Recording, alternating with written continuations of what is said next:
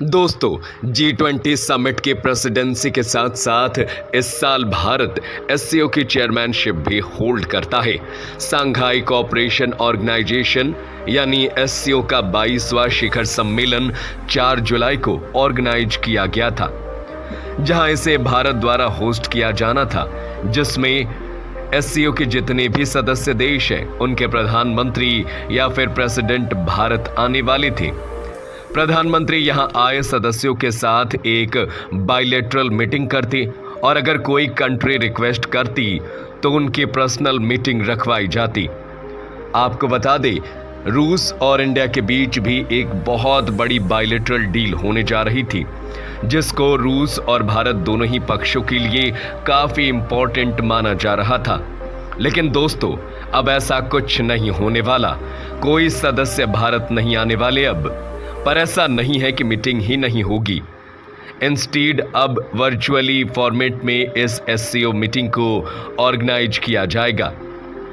लेकिन एकदम से ऐसा क्या हुआ जो भारत को इसे इन पर्सन मीटिंग से वर्चुअल में कन्वर्ट करना पड़ा? आज के इस वीडियो में इसी पर चर्चा करेंगे, तो बने रहिए हमारे साथ इस वीडियो के अंत तक। दरअसल दोस्तों, चीन और पाकिस्तान भी एससीओ मेंबर्स हैं, जिस वजह से भारत ने इन्हें भी इनवाइट किया था। जहां एक और एससीओ के बाकी मेंबर्स ने अपने आने की कंफर्मेशन दे दी थी, वहीं चीन और पाकिस्तान भारत को कोई भी कंफर्मेशन, क्लैरिफिकेशन नहीं दे रहे थे। और अगर ये सदस्य देश भारत नहीं आते तो भारत में होने वाला एससीओ समिट एक तरह से फेल हो जाता। किसी भी होस्ट कंट्री को यह समिट ऑर्गेनाइज करने से महीनों पहले इसकी तैयारी शुरू करनी पड़ती है, तो सदस्य देशों की कंफर्मेशन काफी जरूरी हो जाती है कि वो समिट में आ रहे हैं या नहीं आ रहे, और अगर आ रहे हैं तो कितना डेलीगेशन उनके साथ आएगा। किसी सदस्य देश को पर्सनल बायलैटरल मीटिंग करनी है या नहीं, जिसको लेकर बहुत सी तैयारियां की जाती है। वहीं एक तरफ जहां समिट में 30 से 35 दिन बचे हैं बस, तो दूसरी ओर चीन और पाकिस्तान द्वारा अब तक कोई कंफर्मेशन नहीं आई है कि उनके प्राइम मिनिस्टर या प्रेसिडेंट में से कोई भारत आ भी रहा है या नहीं आ रहा। इन सब के चलते भारत ने फैसला लिया है कि अब तक जो एससीओ समिट 4 जुलाई को इन पर्सन होना था, अब उसको वर्चुअली ऑनलाइन फॉर्म में रखा जाएगा।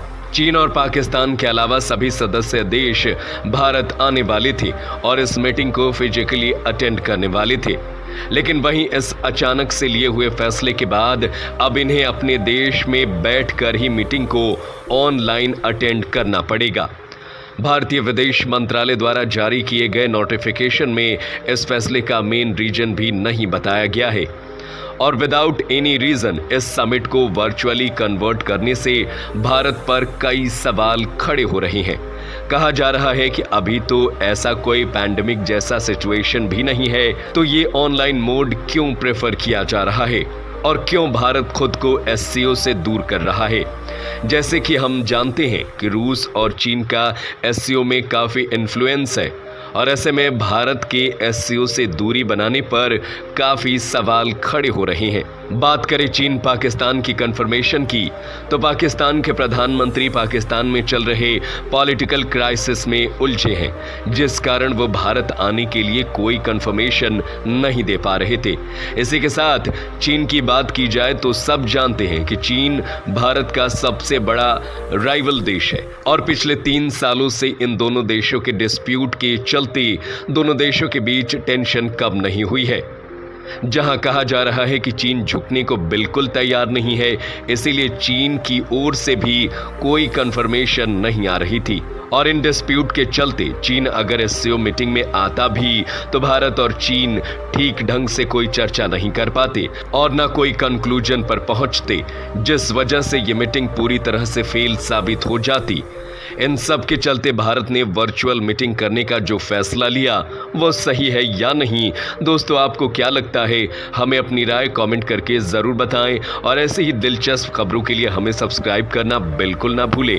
हम आपसे मिलेंगे अगली वीडियो में, तब तक के लिए धन्यवाद। जय हिंद, जय भारत।